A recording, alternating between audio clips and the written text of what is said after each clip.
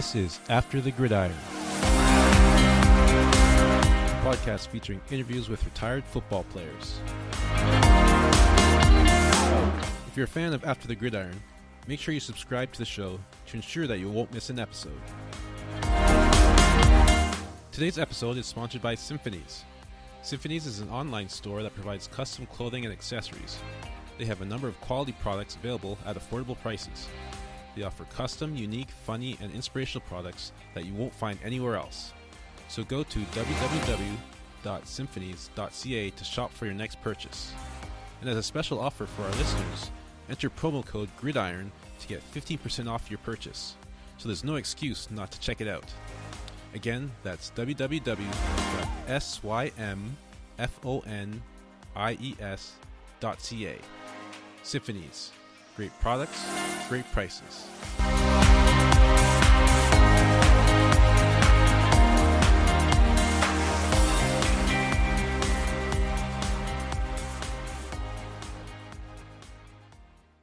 All right, everyone, welcome to the show. I'm your host, Lyle Green, and today we have as our guest Chris Burns. Chris Burns is a retired O-lineman. He played 11 years in the CFL. He played for the Saskatchewan, he played for Ottawa Rough Riders when they're called the Rough Riders. He played for Calgary, played for Hamilton, and he played for the Ottawa Renegades. So he always played for two of the three Rough Rider teams, or Ottawa teams. Well, and I got here's one for you. Try explaining to your buddies in California how you got traded from the Rough Riders to the Rough Riders. Yeah, exactly. In an 8-team league. Oh, well. I guess it wasn't an 8-team league at that time, but still, yeah, it was getting interesting. traded from the one same team to the next, and two franchises in the same city. Yeah, it was an interesting ride, but obviously, over 11 years, I traveled around a little bit and had a lot of fun. That's good. Yeah. Very good. All right, so Chris has played collegiately who started at Shasta Junior College, and then went on to Portland State University, and he's All-American at both places. So great O-lineman, and he played in the Grey Cup in '99 and won the Grey Cup with Hamilton in '99, and he was a CFL All-Star in '99 and 2000 as well. So, Chris, thanks for coming on and welcome to the show. Yeah, thank you very much. It's good to be on with you. Thanks for asking me. Yeah, no problem. So, let's start off by asking you name something about yourself or say something about yourself that most people probably would know. Wow, something about me that people would know. Well, first of all, there's probably a lot of people out there that know nothing about me. I'll make it easy. No. Yeah, no kidding. Hopefully, people know what I do for a living. Obviously, we're sitting here in the studios at TSN in Vancouver, where I do some radio. I know people know that. I talk about my real estate career. I'm trying to think of what's something interesting. It's something that I was talking to somebody who knows me very well this morning. Had no idea that I was born in Connecticut, just outside New York City. People seem to think that I'm from Vancouver. I was born and raised here. I certainly grew up here, but was born in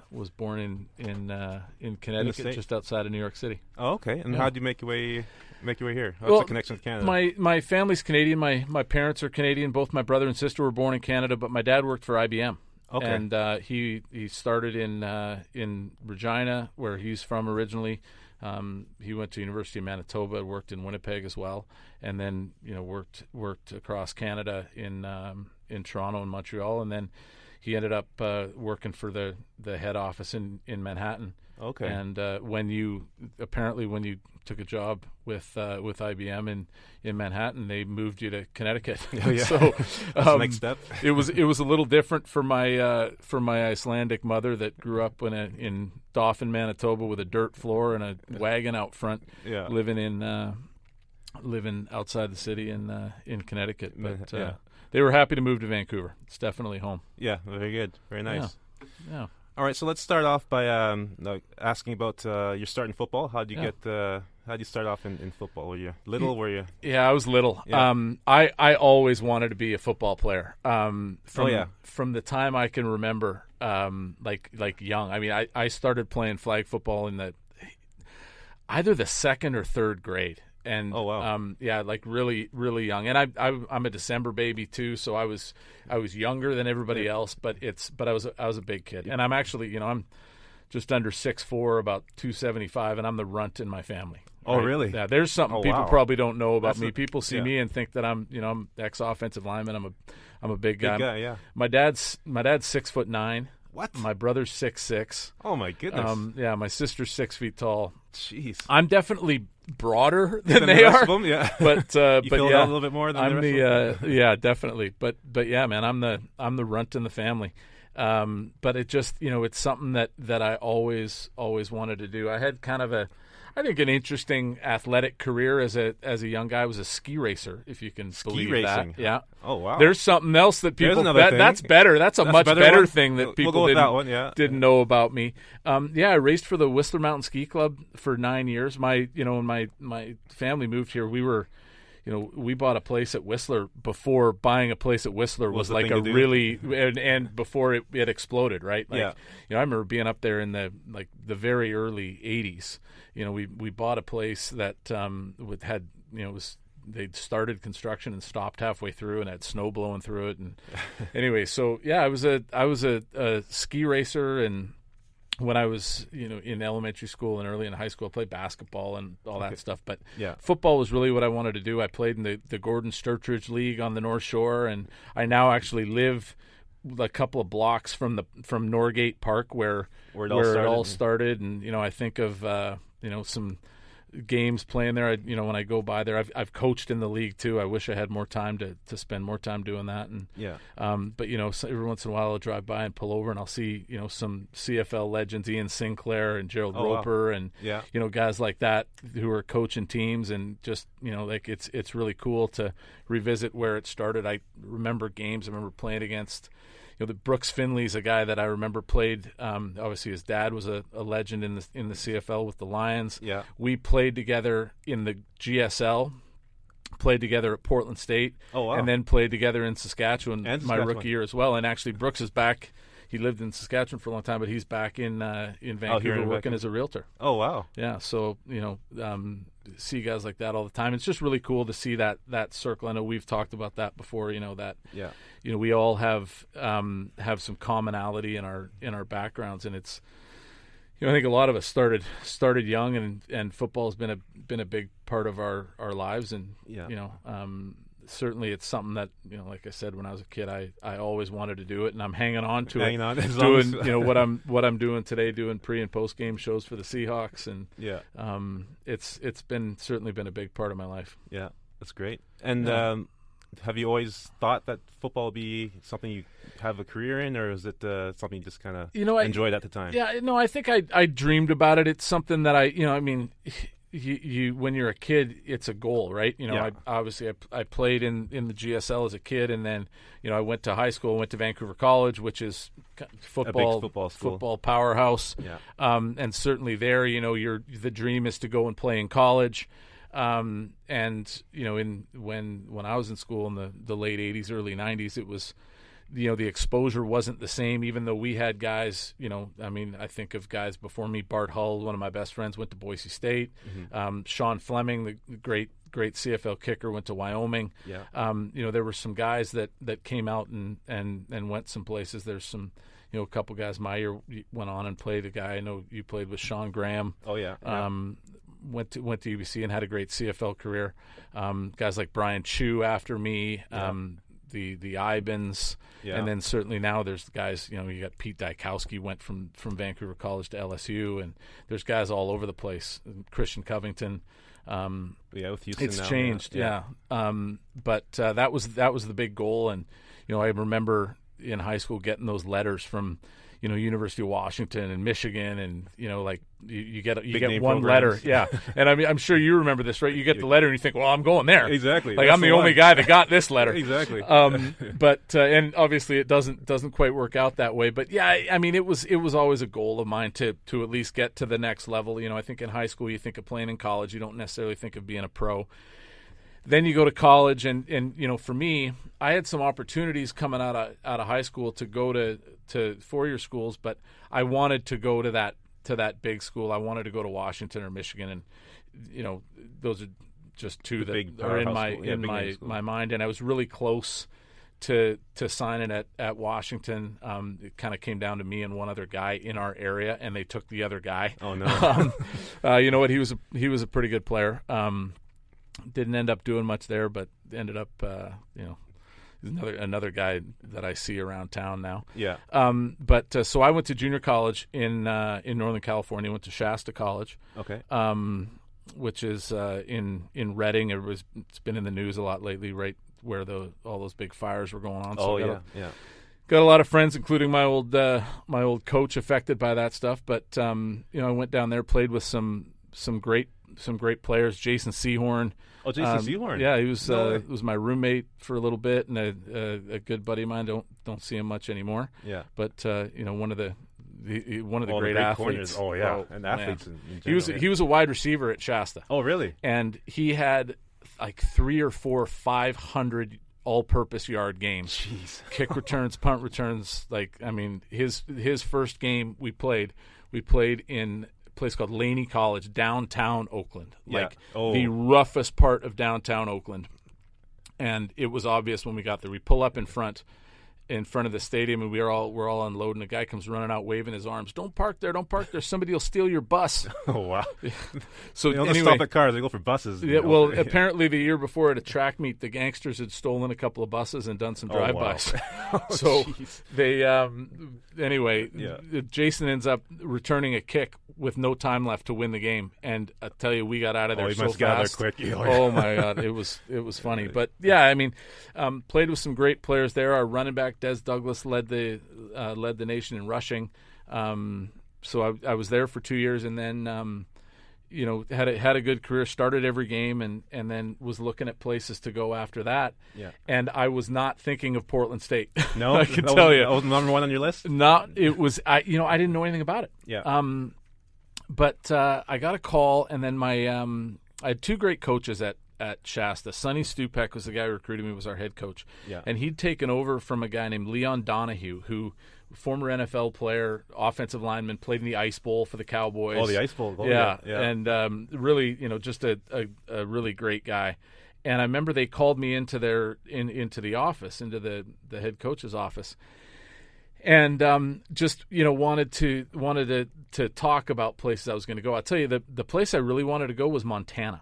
Oh, really? I don't really know why, but I just remember it was Don Reed was their head coach, yeah. And they and I was, I probably wasn't going to get the opportunity to go to a Washington or Michigan or something like that. I had a good junior college career, but I was kind of, there were, I flirted with Nebraska and Penn State. They two big schools that were interested, but there was a lot of interest from sort of those those 1AA schools. And yeah. By that point, I'd started every game, and I wanted to go somewhere where I knew I was going to play. Because I was young. I didn't redshirt. I didn't want to redshirt. I wanted to play. Yeah. And I wanted to make sure that I went somewhere where they really wanted me and I wanted to play. Yeah. So I really liked Montana. Their head coach, I remember Don Reed came to visit, and he's like, "Look, man, we want you." Yeah. So my coaches talked me into on my way home for Christmas from Northern California to Vancouver. You drive right through Portland. Portland State's right in downtown Portland, and guy I mentioned earlier, Brooks Finley. Yeah. From the North Shore. Yeah. He's going to school there. So I said, okay, here's the deal. I don't want to take an official recruiting trip to Portland State. I'm driving through. Don't put me up in a hotel. Don't take me out for dinner. I'll just come by unofficially and visit. Don't have a look. Yeah. Don't give me anything. I'll sleep on Brooks's couch. He was generous enough to let me do that, so I did. Yeah. And I got there. The head coach was a guy named Pokey Allen. Yeah. Who's now deceased. Unfortunately, had cancer that took him far too quickly, and just an amazing guy and an amazing coach. Yeah. Offensive coordinator was Al Borges, who, if you know anything about college football, you've heard the name Al Borges. Yeah. He's been an offensive coordinator everywhere: Oregon, Cal, Auburn. Like all big play, Michigan, yeah. And really in demand, really innovative. We were just talking, before we started about the offense that you ran in college at Toledo, yeah. And our offense was Chris Peterson comes from Portland State, right? Oh, okay. That play they ran in the Fiesta Bowl to beat Boise, Oklahoma. Yeah. We at Boise State, we had that in our playbook in 1990. Oh wow, 1992. Yeah. And Coach Pete was the quarterback coach at Portland State my senior year. Oh, okay. So we had a great coaching staff, and I remember they brought me in, and the thing that the guys at Portland State did was they talked to me about football. Yeah. And they showed me what they did on offense, and I'm sitting here, I'm an 18, 19-year-old kid, right? And they're talking to me about football. Yeah. And about here's where we think you're going to fit, and this is why we like you, and here's what we do. And they busted out the playbook, and we're watching film. And then we go over to the stadium, which is really, really cool. It's where nice. now the Portland Timbers soccer team plays. Oh, okay. Yeah. Right? So it's right in downtown Portland. It's in a pit. It's loud. And the west end zone is the Multnomah Athletic Club. It's like an 8-story wall that rises up from the field level. And they brought us in there, and they brought in a bunch of guys that played that had NFL connections. Okay. June Jones. Oh, June Jones, who's now the coach in Hamilton. Who was legendary. Offensive mind. He was a legendary quarterback under Miles Davis. The beginnings of the run and shoot. Yeah. And Neil Lomax was the quarterback after him. There was a guy named Ted Popson, was a tight end with the 49ers at the time. Yeah. And they just rolled out the red carpet for me. And Portland State was a smaller school, Division II school at the time, but they were good. We were really, really good. And they just, they kind of blew my doors off. And to think at the time, it's not what I thought I wanted to do. When I was growing up, I wanted to get out of Vancouver. I wanted to, I was this kid who was born outside New York City, and I'm American. I'm a little bit different. I mean, really, I'm at best half American. My whole family's Canadian. Vancouver is home, but I kind of wanted to get away and see some stuff. Yeah, and they kind of blew me away. And then I remember coming home and driving. I grew up on the North Shore, and long drive, come over the Lionsgate Bridge, and one of those days it's bright and sunny, and you see the snow in the mountains, and a little chill in the air, and I thought, man, this place is great. It was nice. The first time that I started to realize that living here was pretty good. Not too bad, yeah. Yeah, and to think I could be 5 hours from home, playing in Portland in a city that felt really comfortable. Definitely a different campus experience, being right downtown, right in the city. Yeah. And, small school, the facilities didn't look anything like some of the other schools I'd been to, but I was really blown away by the staff there and the way they looked at things. And it was fun, and it was a good experience. From a football perspective, I learned a ton, and playing in that offense with those players and that coaching staff, that system, I think it really did help prepare me to be a pro for the next level. Yeah. When you roll off the coaches that you had there and there's a bunch of other ones too, like Tom Osborne, I think is still coaching at Oregon. Yeah. Different Tom Osborne. Different Tom Osborne. Okay. But Dave Stromswold was our offensive line coach, who was at Boise State for a long time, a couple other places. Tom Mason's still a defensive coordinator in D1 football. Yeah. I talked about Chris Peterson. Barry Sachs, the guy who actually recruited me, is at Montana now. Chris Strasser actually was my offensive line coach my senior year, who I think he's with the Broncos now. He was with Coach Pete at Washington. I just had great coaches, and you think of those guys coming from big schools. Those guys all came from Portland State. Wow. Yeah. Wow. Yeah. Yeah. You look at the other programs. You talk about the coaching tree from there's different people, and it seems like Portland State had a pretty good we had coaching tree. We had a pretty interesting tree. Yeah. And it all started with Pokey Allen. Yeah. And coaching in football, especially, I think makes a huge difference. It's huge. With football. So and the other thing with a school like Portland State is it's a small school, right? Yeah. So you got to do something special, and one thing that I saw with those programs, I visited some big schools, and I wasn't I remember going to Oregon, going on recruiting trips to both Oregon and Oregon State, and being really Underwhelmed? Like really underwhelmed. Yeah.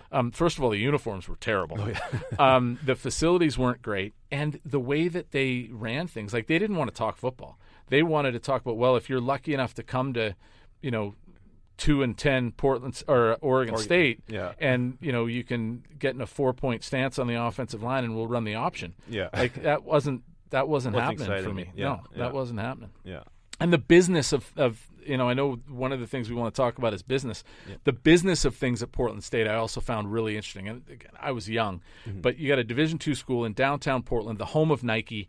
We were at in the 90s the shoe and sportswear business connected to football wasn't what it is now. Yeah. But we were one of the first teams that were really a proving ground for Nike. Like we had shoes coming out our ears. Oh, really? Now you couldn't take them off campus. They made that difficult. But you had 15 pairs of shoes. If it goes off campus. Yeah, probably.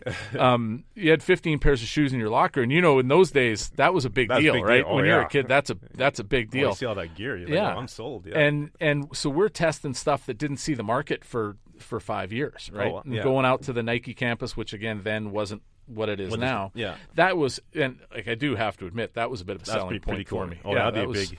That was pretty cool. But sure. we also, Pokey did interesting things. I mean, did one promo. He's riding an elephant through the stadium. What? Like, yeah, all kinds of crazy stuff because they realized that they needed to promote. To stand out. We had an off-campus stadium that was one of the few stadiums in the NCAA where they served beer. Yeah. And our fans, the hardcore supporter section was called the Belchers. Oh, no. And if we weren't playing well, they'd throw beers on us. Oh, wow. But we'd have 20,000 people in the stands for a Division II game. So it was a fun place to play and a really cool organization, and it taught me an awful lot about football and about the business of football too. Yeah, that sounds like a great experience and a great place to play. It was good. Yeah. It was good. It was a lot of fun.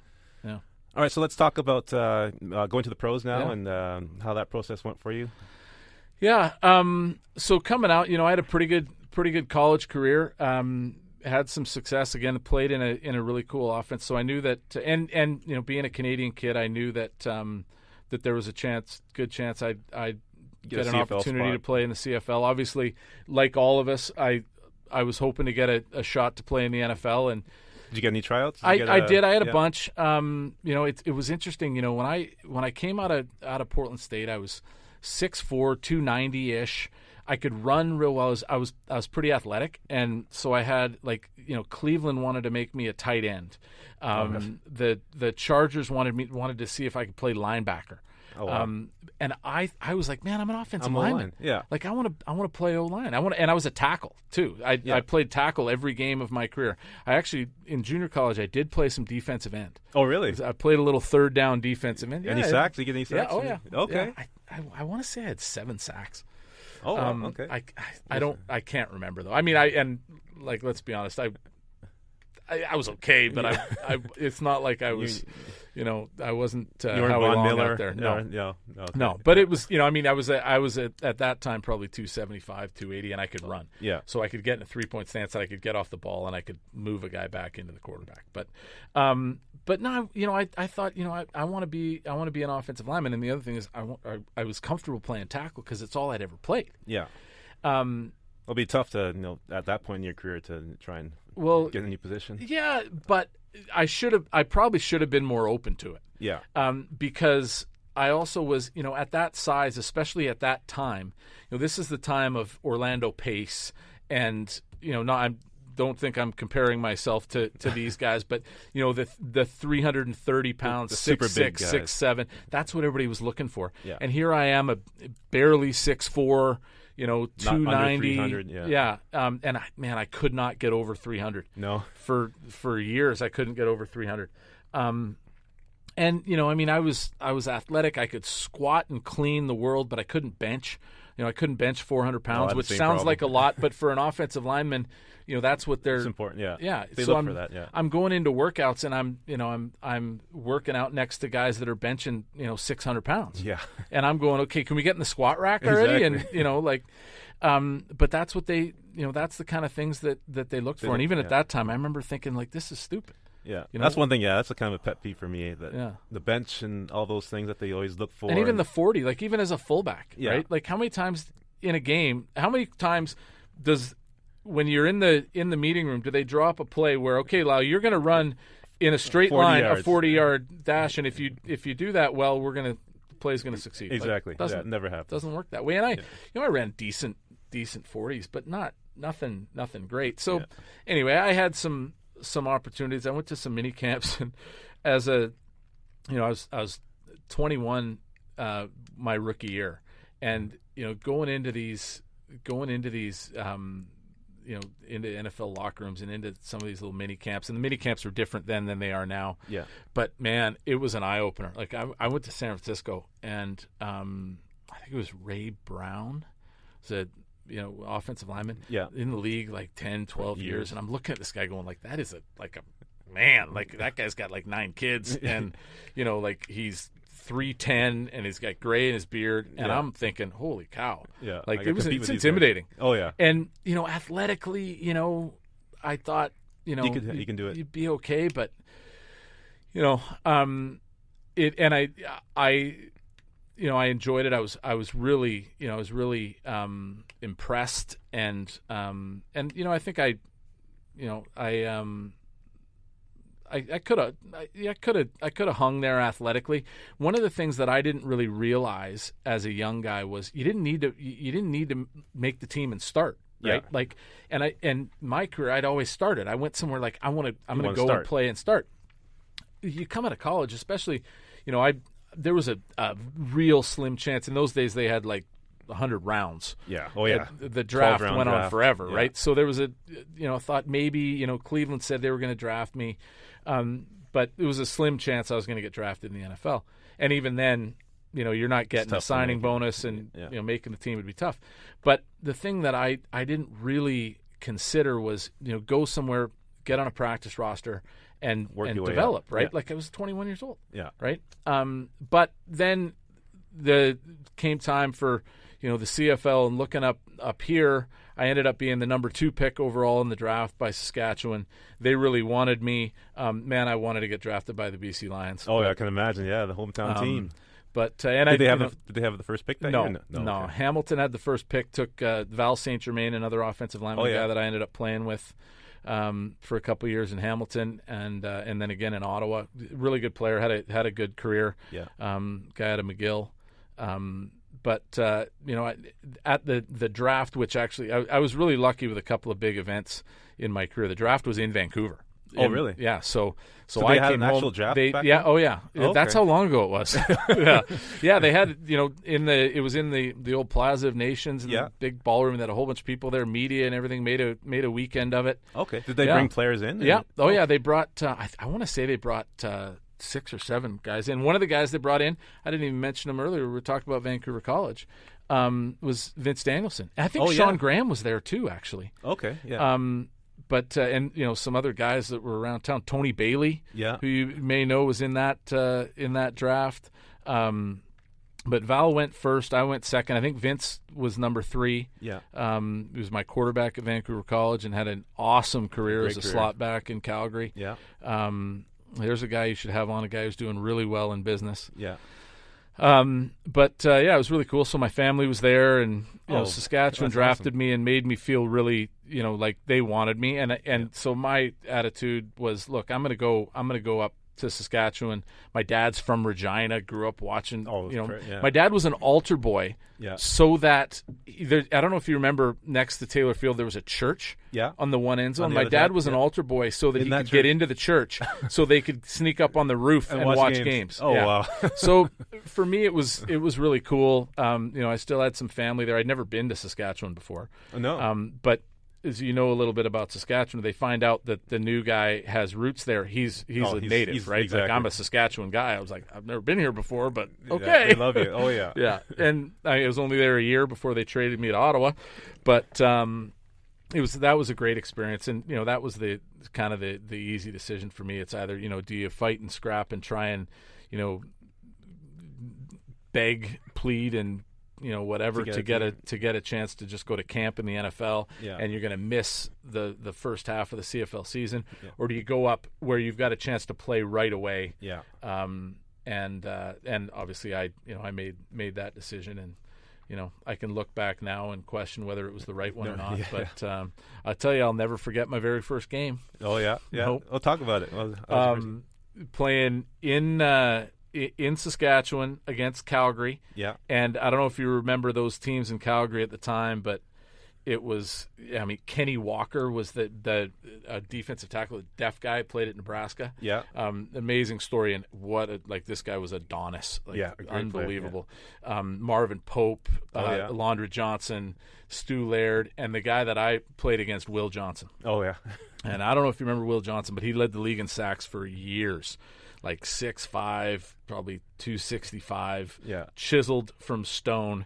And here I am playing left tackle as a rookie, my very first game, and I was hanging on for dear life. Just everything I could do.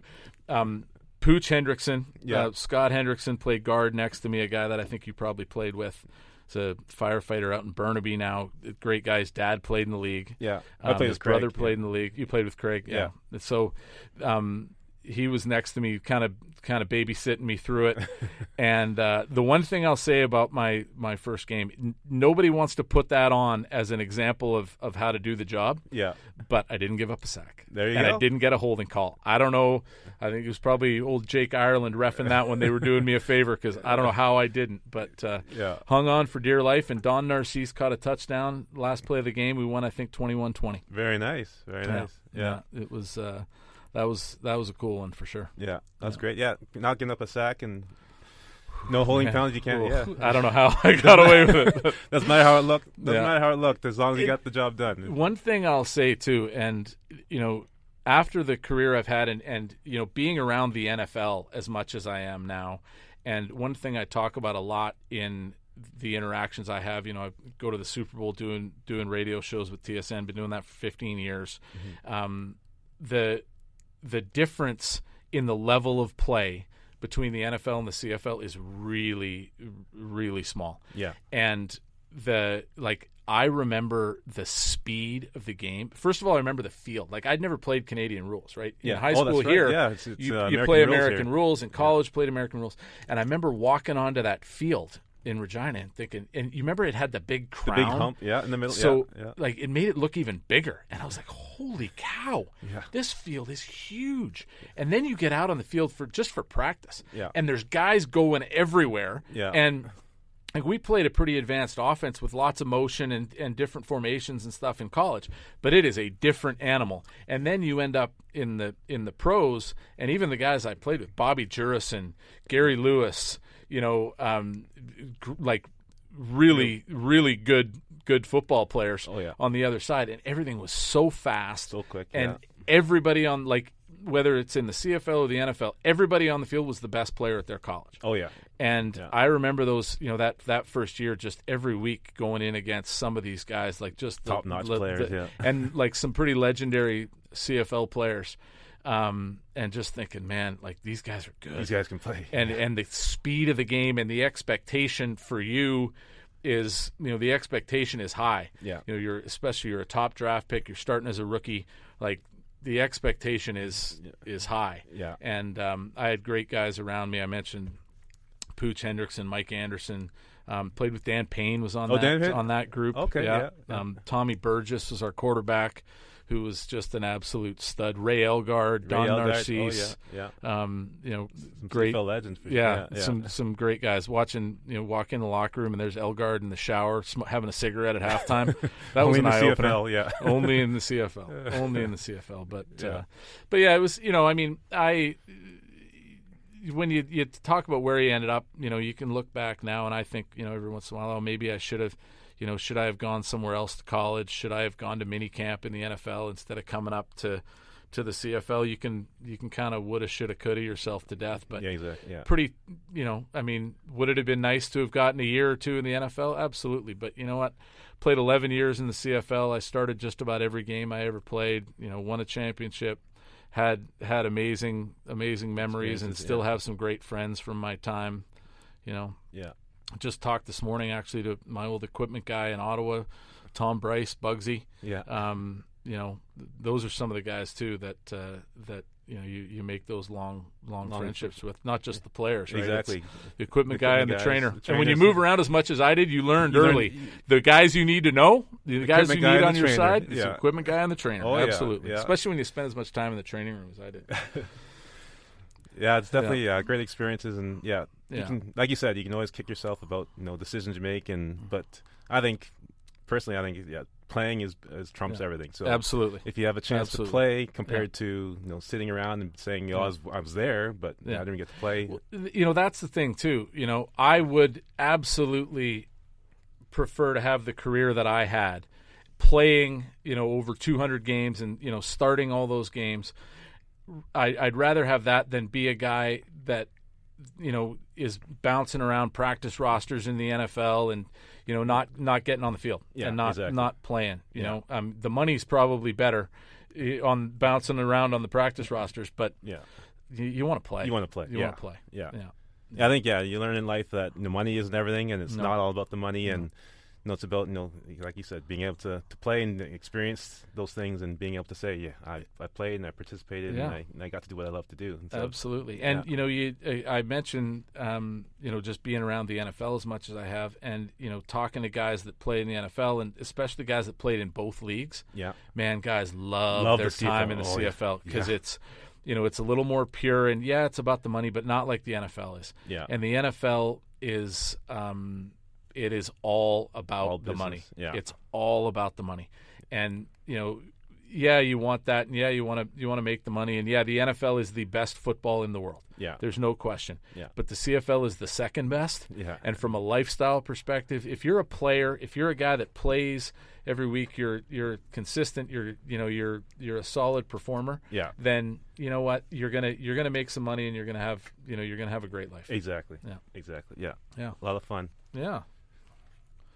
All right, so let's go to your transition out of football and talk about how that transition went for you. A lot of guys, it can be hard, can be difficult, can be quick, can be easy. Well, it was not quick, and it was not easy. I like most guys, I didn't quit on my own terms. Yeah. I'm not one of those guys that was one of those very few guys that was lucky enough to decide, okay, I'm done. Yeah. The game kind of decided for me. Yeah. It happens for most players. Yeah, it does. It does. And I was playing in Ottawa. Played my 11th year there, and they were doing some things. They were, I think, making some changes. And to be honest with you, I was a little offended that they didn't offer me a contract right away. Yeah. And what ended up happening, they actually ended up offering me a contract after another guy said no to them. And I think they didn't realize that we talk. Yeah.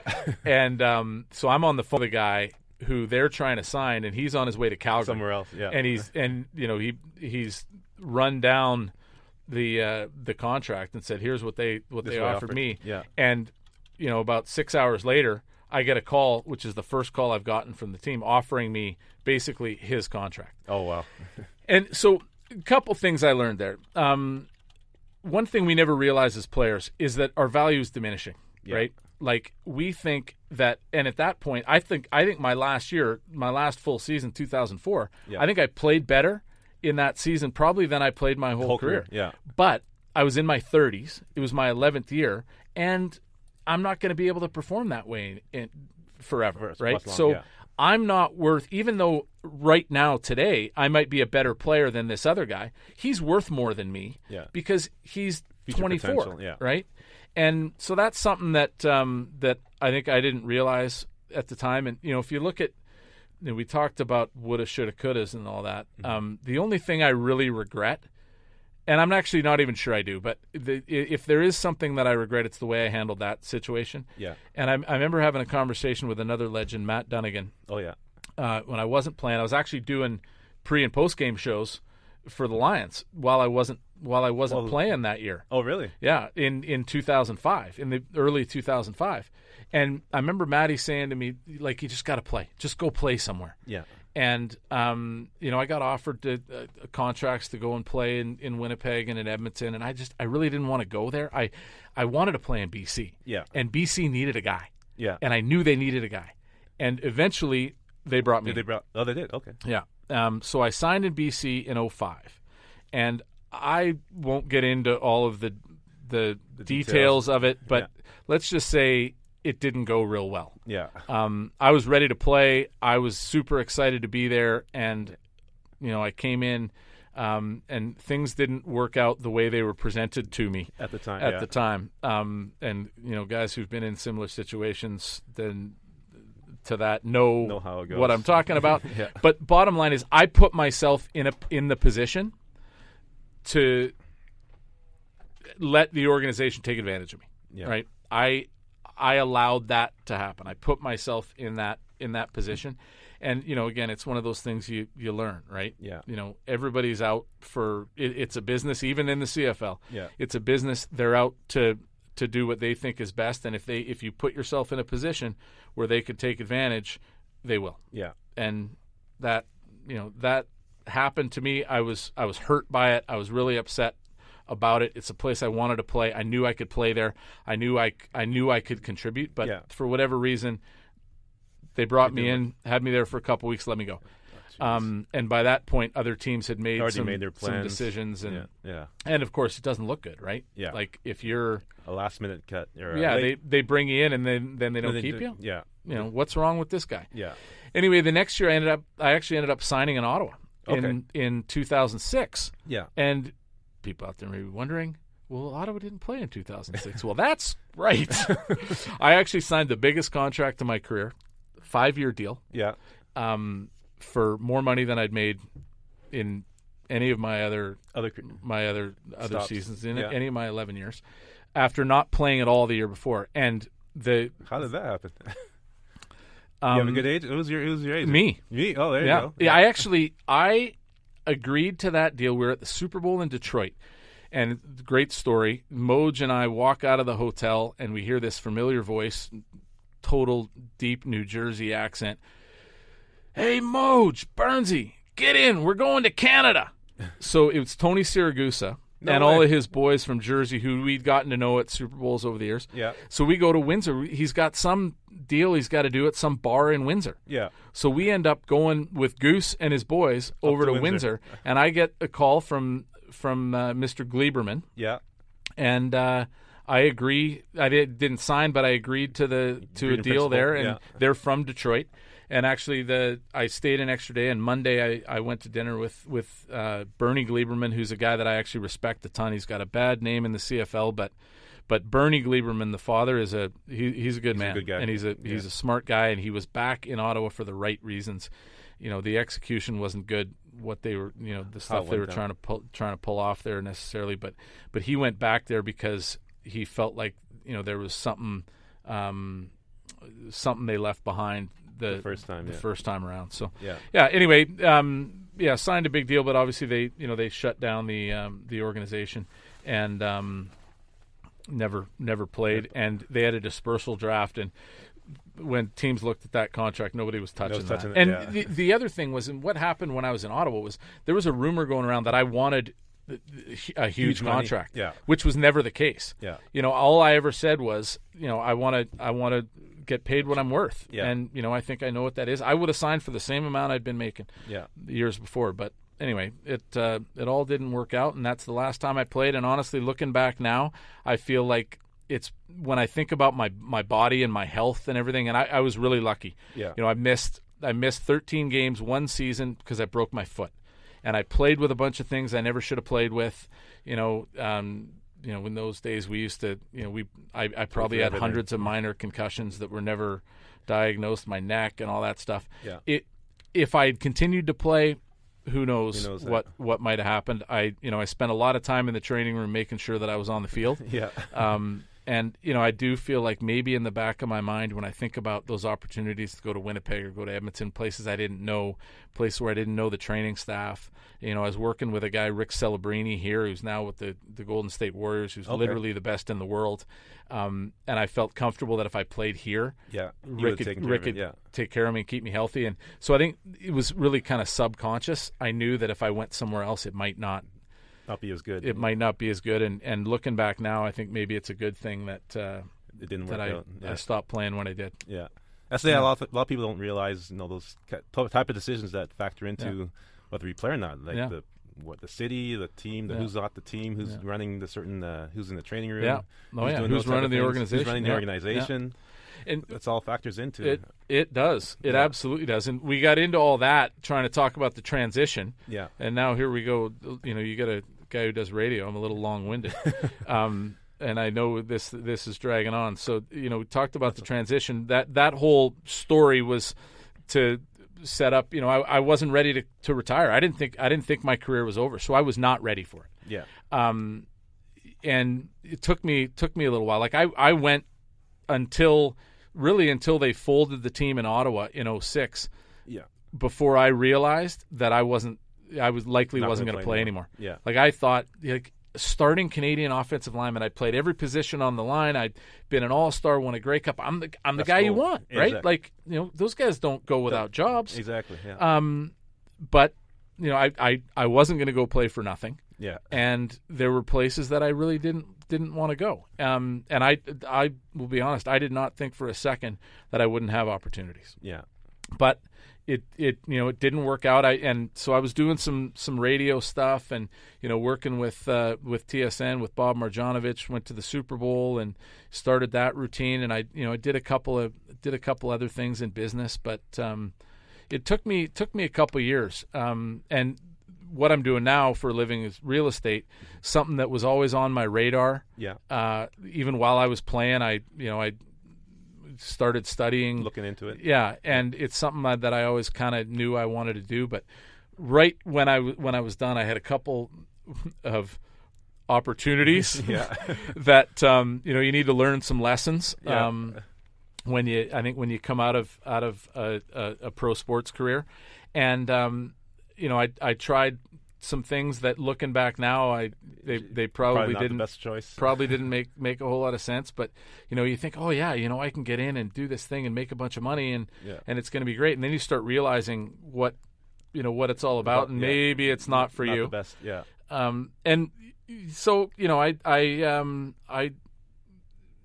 always had real estate in my head, and one day I finally said, you know what, I'm gonna go do this. And there's a company that I had always identified with that I wanted to go and work with, and I went in and met with them, and they're like, yeah, obviously we'd love to have you. And so I started there, and I knew from dealing with some other guys, some other retired guys, that what a lot of guys miss coming out of pro sports, whether it's football or hockey or baseball or whatever. Yeah.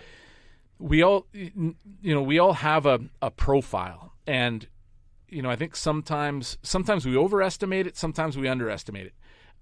But there's something there, and people want athletes. They want athletes to work for them, especially professional athletes, whether they have a profile or not, because there's a work ethic, there's there are life skills you learn playing sports, and specifically from football, that you don't learn anywhere else, right? It just you don't learn them anywhere else.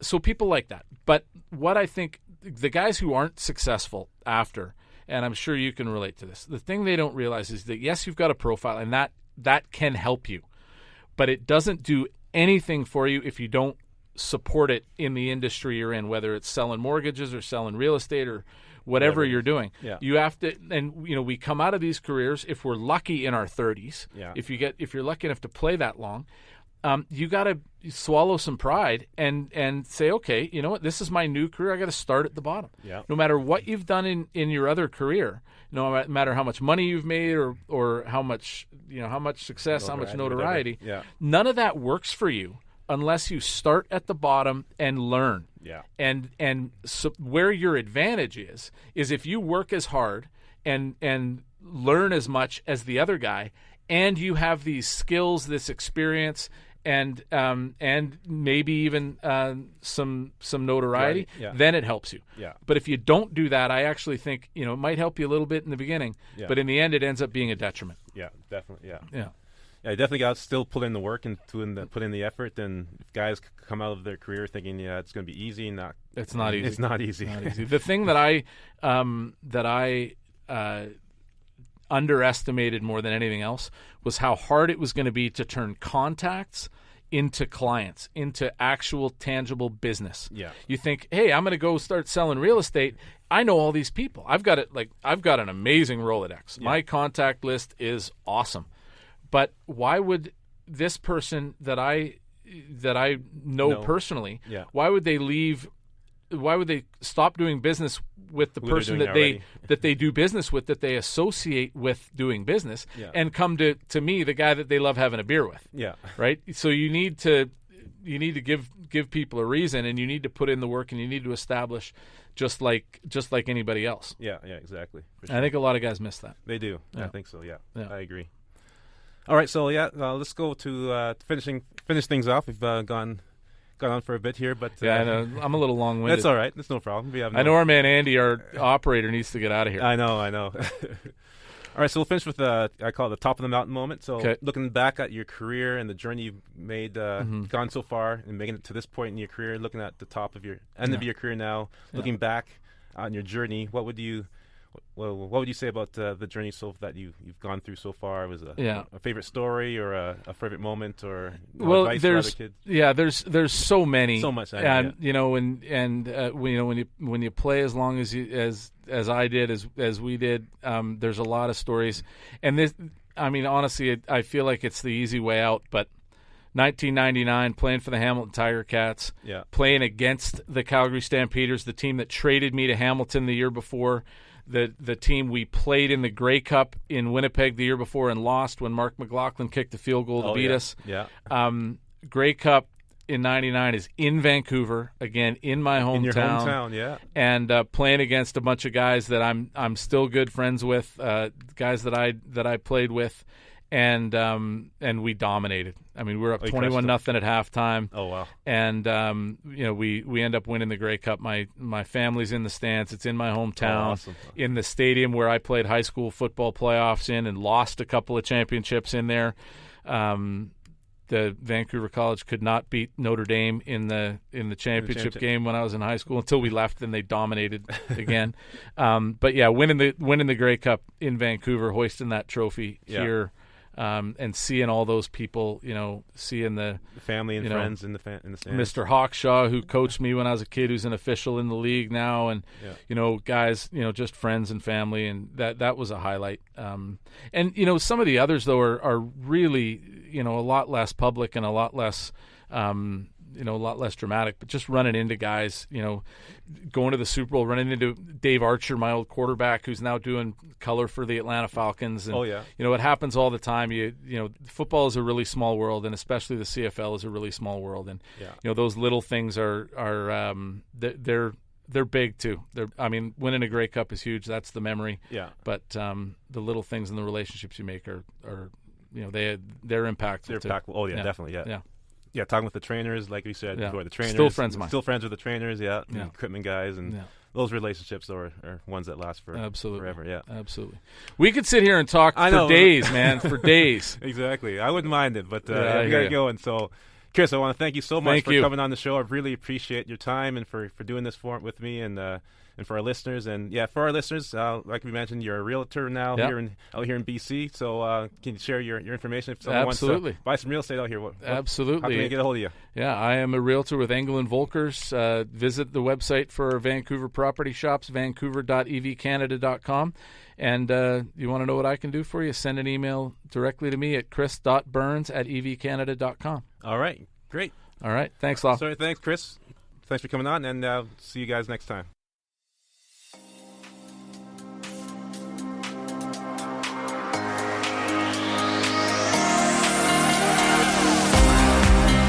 Thank you for listening to After the Gridiron. If you're a fan of the show, please make sure you subscribe to the show and also leave a rating and review. By doing that, you also help to spread the word about the podcast and assist others in finding the show, so more people can enjoy this great content. You can also follow me on Facebook, Instagram, and Twitter, with the links to those being found on the website. Your support is very much appreciated. Also, please visit the resources page on the website for links to our sponsors and affiliates. Their support helps to keep the show running, so go to www.atgridiron.com/resources to check them out. Thanks again for listening, and I'll see you when we kick off our next episode.